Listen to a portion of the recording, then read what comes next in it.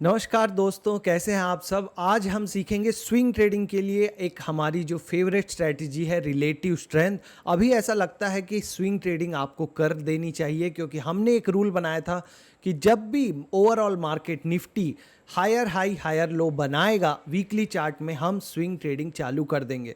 तो आज हम उसी के हिसाब से सीखेंगे कि जो हमारा रिलेटिव स्ट्रेंथ वाला सिस्टम है वो आप कैसे अप्लाई कर सकते हो, कैसे आपको स्टॉक्स पसंद आएंगे, स्टॉक्स में क्या क्या देखना है, कैसे फाइनली उस स्टॉक तक पहुंचना है जिसको आपको स्विंग ट्रेडिंग करना है। तो one by one, step by step चलेंगे। आप बिल्कुल ध्यान से आराम से बैठ के इसको समझिए।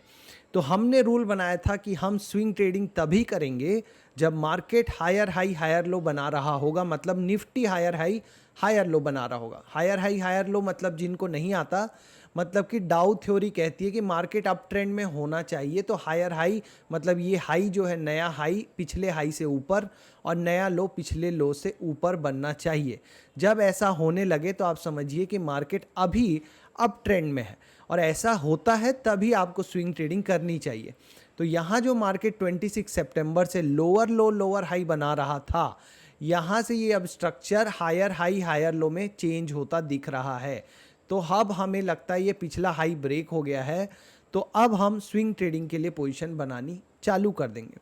दूसरा, ट्रेंड लाइन भी लगता है कि ब्रेक हो गई है। जो ये ट्रेंड लाइन एक है हमारी, यहाँ से हम ट्रेंड लाइन ले लेते हैं ट्रेडिंग व्यू में, और अगर आप निफ्टी के चार्ट में देखोगे तो आपको लगेगा कि ट्रेंड लाइन भी ब्रेक हो गया है।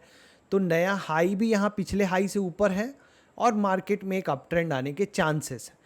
लेकिन अभी भी हमको डर लगता है कि मार्केट कहीं गिर न जाए, इसलिए हम बहुत ही लंबी अवधि का एक ट्रेड नहीं प्लान करेंगे। जो कि जनरली मार्केट जब एक अच्छा खासा बेस बना के ब्रेकआउट देता है ऊपर की तरफ, वहाँ पे हम अडाप्टिव रिलेटिव स्ट्रेंथ यूज़ करते हैं। मतलब हम जहाँ से निफ्टी गिरा है वहाँ से तुलना करते हैं कि कौन सा स्टॉक स्ट्रांग है ओवरऑल मार्केट से।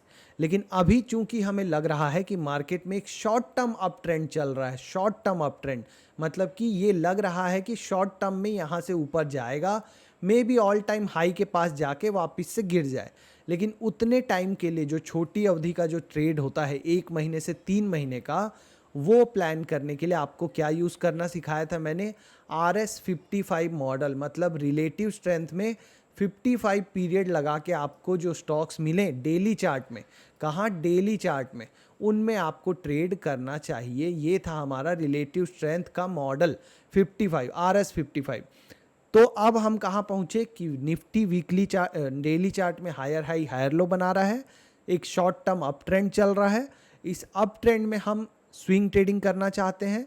तो अब हम कौन सा सिस्टम चुन रहे हैं, RS55, क्योंकि अभी भी हमें लगता है कि ये शॉर्ट टर्म रैली है, लॉन्ग टर्म नहीं। तो RS55 मॉडल कैसे यूज़ करते हैं, जो लोग नए हैं उन लोग ध्यान से सुनो। RS मॉडल कहता है कि पिछले 55 वर्किंग डेज में, मतलब पिछले 55 दिन जब निफ्टी खुला था मार्केट में काम करने के लिए, तो ऐसे कौन से स्टॉक हैं जो निफ्टी से ज़्यादा अच्छा परफॉर्म किए हैं, वो आगे भी अच्छा परफॉर्म करेंगे, ये मानते हुए हम उनमें एंट्री बनाते हैं। अब जो परफॉर्म कर चुके वो तो छोड़ दीजिए, हम ऐसे स्टॉक देखते हैं जो जस्ट निफ्टी से स्ट्रांग होना चालू हुए हैं। क्योंकि स्विंग ट्रेडिंग में आपको ये देखना होता है कौन सा स्टॉक स्ट्रांग है, कहाँ पे स्मार्ट मनी आ रहा है, और वो पता चल जाता है जब आप निफ्टी से कंपेयर करो। मतलब निफ्टी कितना परसेंट बढ़ा या घटा है पिछले 55 वर्किंग डेज में, और वो स्टॉक कितना बढ़ा या घटा है। अगर निफ्टी 10% गिरा है और वो स्टॉक 8% गिरा है तो आपका स्टॉक स्ट्रांग है। अगर निफ्टी 2% बढ़ा है लेकिन आपका स्टॉक 3% बढ़ा है तो वो स्ट्रांग है। और जब वो स्ट्रांग हो रहा होगा तब अगर आप उसमें पोजीशन बनाएंगे तो आपके बहुत चांसेस हैं कि आपके अच्छे पैसे बनेंगे। जब तक, क्योंकि निफ्टी ऊपर जा रहा है, तो जब निफ्टी 10% ऊपर जाएगा, आपका स्टॉक निफ्टी से स्ट्रांग है, तो वो 10 की जगह 15% ऊपर जाएगा। यही है सिंपल सा थ्योरी। इसी थ्योरी को एक इंडिकेटर में ऐड कर दिया है विवेक बजाज जी का सिस्टम है ये, जो स्टॉकेज चलाते हैं, स्टॉकेज के फाउंडर हैं, एलन मार्केट के फाउंडर हैं, उनका ये सिस्टम है। अगर आप इंडिकेटर में जाएं, ये जो ट्रेडिंग व्यू में जो आपको इंडिकेटर दिखता है, ट्रेडिंग व्यू में आपको लॉगिन कर लेना है अपने जीमेल आईडी से, और यहाँ आप लिखिए relative strength of a stock. जैसे ही आप लिखेंगे आपको ये जो इंडिकेटर मिलेगा, relative strength of a stock by Bharat trader हमारा फेवरेट इंडिकेटर ये वाला, इसको आप सेलेक्ट कर लो। जैसे ही आप इसको सेलेक्ट करोगे, नीचे की तरफ डेली चार्ट में हम देख रहे हैं नीचे की तरफ एक लाइन आ गया। इस इंडिकेटर को हमको चेंज करके इसके इनपुट में जो ये 123 लिखा है ना, मतलब ये पिछले 123 दिन में कंपेयर कर रहा है, इसको आपको 55 कर लेना है। तो अब आप 55 कर लिए। अब ये एक सीधी लाइन आ गई है। अब अगर आप कोई भी स्टॉक का चार्ट अगर जाके खोलेंगे, जैसे डिक्सन का आपने खोला, तो आपको दिखेगा कि ये लाइन ग्रीन में कन्वर्ट हो रही है। अगर आप एस्ट्रल में देखेंगे तो ये रेड में है। अगर ये पूरा रेड में है मतलब कि ये स्टॉक निफ्टी से अभी पिछले 55 दिन में क्या है, वीक है। अगर आप किसी, ये अंबुजा सीमेंट आप देखेंगे कि ये निफ्टी से स्ट्रांग है। आईडीएफसी फर्स्ट बैंक का अगर आप चार्ट खोलेंगे तो यहाँ पे ये बन रहा है, थोड़ा टाइम लगेगा, लेकिन ये देखिए जस्ट स्ट्रांग हुआ है। काफ़ी टाइम वीकनेस के बाद आप देखेंगे निफ्टी से ये स्टॉक स्ट्रांग लग रहा है। ऐसे आप कोई भी स्टॉक का चार्ट आप खोलिए और देखिए कि क्या वो स्टॉक, यहाँ से देखिए ये जो स्ट्रांग हुआ था, यहाँ से हम ये पता लगाने चाहते हैं कि आज कौन से स्टॉक ये जीरो लाइन को क्रॉस किए हैं, ताकि हम वहाँ पे एंट्री लें और बने रहें यहाँ पे ऊपर की तरफ। तो यही है पूरा मॉडल। अब आपको कैसे पता चलेगा कि कौन से स्टॉक हैं सर जो आज निफ्टी से स्ट्रांग हो रहे हैं, जीरो लाइन को क्रॉस कर रहे हैं? तो उसके लिए एक तो पेड वर्जन है और एक फ्री वर्जन है। पेड तो है स्टॉकेज का ऐप, जो खुद विवेक बजाज जी का ऐप है। यहाँ अगर आपने सब्सक्रिप्शन ले लिया कुछ 2500 3000 साल का, तो आपको यहाँ पे मिलता है वो डेटा। यहाँ पे आपको स्कैन्स होते हैं, एनालिटिक्स में आपको ये स्कैन में जाना है, पहले एनालिटिक्स फिर स्कैन। यहाँ पे प्राइस स्कैन में आपको RS55 रिलेटिव स्ट्रेंथ 55 स्कैन है। यहाँ पे अगर आप ये रिलेटिव स्ट्रेंथ गोइंग अबो जीरो बेंचमार्क इंडेक्स ये क्लिक करोगे, तो ये हैं वो सारे स्टॉक जो आज जीरो लाइन को क्रॉस किए हैं, इतने सारे स्टॉक। अब अगर आपको फ्री में ये जानना है तो आपको थोड़ा मेहनत करना पड़ेगा। वो कैसे? आपको निफ्टी में पिछले 55 डेज में देखना पड़ेगा कितना रिटर्न आया है, और मैं जो स्क्रीनर का लिंक आपको दूंगा नीचे चार्टिंग का इस वीडियो के, उसमें आपको वो डेटा जिस दिन भी आप स्टॉक सर्च करें डालना पड़ेगा। तो कैसे पता चलेगा, कहाँ से काउंट करना है? इस इंडिकेटर में एक डेट दिया हुआ है, ध्यान से देखो, 31 जनवरी का, 31 जनवरी, बस इसी दिन से मेज़र करना है आपको। तो अब आप इस चार्ट में 31 जनवरी मार्क कर लो। तो ये है आपका 31 जनवरी का candle. This is 31 January candle. ये जो कैंडल है आपका, मैं यहाँ पे इसको मार्क कर देता हूँ। This is the candle of 31 जनवरी। इसका क्लोजिंग से लेके अभी तक का क्लोजिंग को आपको चेक करना है कि निफ्टी का कितना रिटर्न है। उसी नंबर को हमें कहाँ डालना है? चार्टिंग के स्क्रीनर में। तो यहाँ पे हम मेजरिंग टूल में गए, इस कैंडल के क्लोज से हमने देखा, सॉरी ये पीछे वाला कैंडल था, कोई बात नहीं, थोड़ा मूव कर देते हैं चार्ट को, अब ठीक है। यहाँ से हम मेज़र कर रहे हैं, ये देखिए 31 जनवरी के कैंडल के क्लोजिंग से, मतलब ऊपर की तरफ क्लोजिंग हुआ है, यहाँ से आप मेज़र करोगे अभी तक तो आपको दिखेगा 2.29। ये जो नंबर है 2.29%, यही नंबर आपका स्क्रीनर में डालना है। अब जिस दिन भी आपको यूज़ करना है आपको ये नंबर निकाल के वहाँ डालना पड़ेगा। तो हमारा जो स्क्रीनर है चार्टिंग का, वो मैं आपको दे दूँगा, ये वो स्क्रीनर है। यहाँ पे आपको इसको क्लिक करना है, इस लिंक को आप क्लिक करेंगे तो आपको ये पेज आएगा। यहाँ पे ये जो नंबर है 3.64, ये जो नंबर दिख रहा है 3.64, यहीं पे आपको वो जो हमने जो नंबर निकाला है पिछले 55 डेज़ में वो रखना है। वो नंबर कहाँ से आएगा? ये सब इसीलिए हम कर रहे हैं क्योंकि पेड वर्जन में ना जाना पड़े। 2.29%, तो आप यहाँ पे सिंपली लिखिए 2.29% और माइनस को भी हटा दीजिए 2.29। इसके बाद आप रन स्कैन करिए, आपको क्या मिल गया? स्टॉक्स मिलेंगे जो आपका ये जो CIL है, ये जो CIL है इसको आपको ABS करना पड़ेगा क्योंकि अब प्लस हो गया है वैल्यू। जब निगेटिव में रिटर्न था तो आपको CIL डालना है, अभी एब्सोल्यूट वैल्यू डाल के आपको सर्च करना है। जब आप सर्च करेंगे तो आपको मिलेंगे ये सारे स्टॉक्स जो जस्ट जीरो लाइन को क्रॉस किए हैं, ठीक है। इसके बाद आप उन स्टॉक्स को, ये जो क्रॉस्ड अबो है, अगर आप इसको ग्रेटर देन लिख देते हैं तो आपको वो सारे स्टॉक मिलेंगे जो पहले से RS 55 के हिसाब से स्ट्रॉन्ग है, उन स्टॉक्स में भी आप पोजीशन बनाने का सोच सकते हो रिस्क रिवार्ड देख के।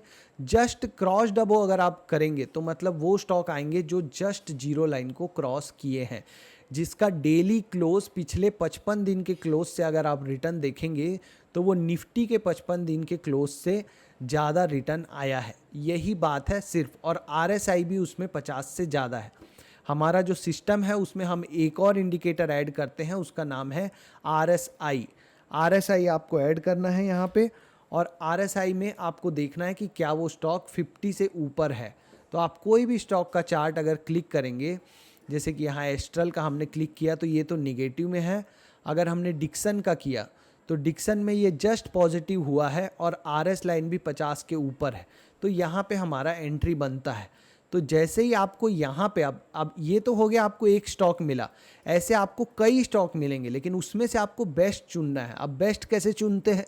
बेस्ट है कि आप या तो फंडामेंटल देख के एलिमिनेट कर दो स्टॉक्स को। कोई कोई स्टॉक होंगे जहाँ पे प्रॉफिट ग्रोथ नहीं होगा, कोई स्टॉक ऐसे होंगे जो बहुत कर्ज में होंगे, कोई स्टॉक ऐसे होंगे जहाँ पे कुछ फर्जीवाड़ा आपको साफ दिख जाएगा बैलेंस शीट पढ़ के, या उनको आप हटा दीजिए। ROE कम से कम 13 से ज़्यादा होना चाहिए स्टॉक का।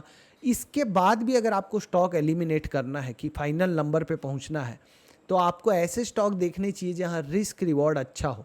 मतलब कि अगर मैं यहाँ एंट्री करता हूँ तो मेरा रिस्क तो ये पूरा है, ये पूरा जोन मेरा रिस्क है, तो मैं ऐसे स्टॉक में एंट्री नहीं करूँगा। मैं कैसे स्टॉक में एंट्री करूँगा? जहाँ पे एक प्राइस एक्शन ब्रेकआउट वाला दे रहा हो, ताकि मुझे अगर यहाँ एंट्री मिले तो मुझे पता है कि मेरा स्टॉप लॉस छोटा है। या तो एक स्विंग जब टूटता है तो यहाँ पे जब आप एंट्री करेंगे तो आपका स्टॉप लॉस छोटा आएगा, तो आपको छोटे स्टॉप लॉस के साथ काम करना चाहिए। आप किसी भी स्टॉक में जाके देखें कि जब RS लाइन पॉजिटिव होता है उसके बाद कैसा मूवमेंट आता है। ये जो RS लाइन पॉजिटिव हुआ, यहाँ से अगर आपने इस ब्रेकआउट पे अगर ट्रेड लिया होता, ये जो ब्रेकआउट है RS लाइन के साथ में आपका जो ये ब्रेकआउट हुआ था इस जोन में, तो आप देखिए वहीं पे प्राइस ने सपोर्ट लिया, ये पैटर्न था, और इसके बाद ये प्राइस ऊपर गया, यहाँ सपोर्ट लेके ऊपर। तो यहाँ जब कहीं आप एंटर करते हो तो आपका SL जो है यही नीचे आता है, तो वो बहुत छोटा SL आता है। स्विंग ट्रेडिंग में हमेशा SL रखना चाहिए। ये कोई लॉन्ग टर्म इन्वेस्टिंग नहीं हो रही है कि आप नीचे के लेवल पे कोई स्टॉक ले लो और फिर बैठे रहो। वो काम करना होता है तो आपको ये इंडिकेटर हटाना पड़ेगा, और आपको सिंपली जो अच्छे स्टॉक है फंडामेंटल, जैसे HDFC बैंक जब नीचे के लेवल पे मिल रहा था पिछले साल 1400 के आसपास, तब ऐसे स्टॉक्स को अक्यूमुलेट करना चाहिए। जैसे IT स्टॉक्स अभी नीचे के लेवल पे मिल रहे हैं, वहाँ पे फिर आप उसको अक्यूमुलेट करिए नीचे के लेवल पे जितना हो सके, और फिर बैठे रहिए। वो होता है value investing, long term investing. यहाँ बात हो रही है स्विंग ट्रेडिंग की। तो स्क्रीनर का लिंक मैं आपको नीचे दे दूंगा वीडियो के, आप यूज़ करना चालू कीजिए। अगर आप ले सकते हैं स्टॉकेज का ये सब्सक्रिप्शन भी लेके आप देख सकते हैं, इसमें सीधा सीधा आपको स्टॉक्स मिल जाएंगे। तो यही है RS मॉडल पूरा।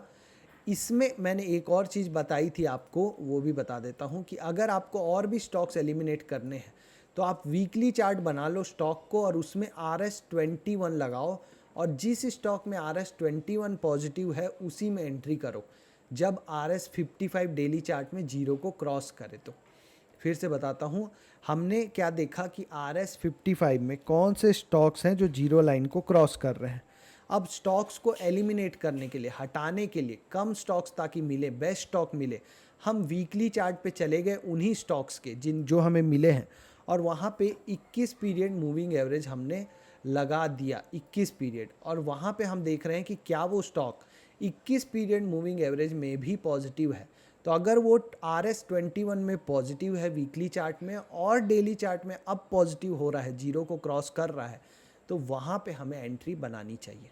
ये था पूरा RS मॉडल जो आप यूज़ कर सकते हो अभी के हालात में स्विंग ट्रेडिंग के लिए। वैल्यू इन्वेस्टिंग की का जो नेक्स्ट चैप्टर है वो आएगा, संडे को आएगा, उसमें थोड़ी मेहनत करनी पड़ती है। ये तो आप रात को 12 बजे उठा के भी पूछोगे तो मैं बता दूंगा।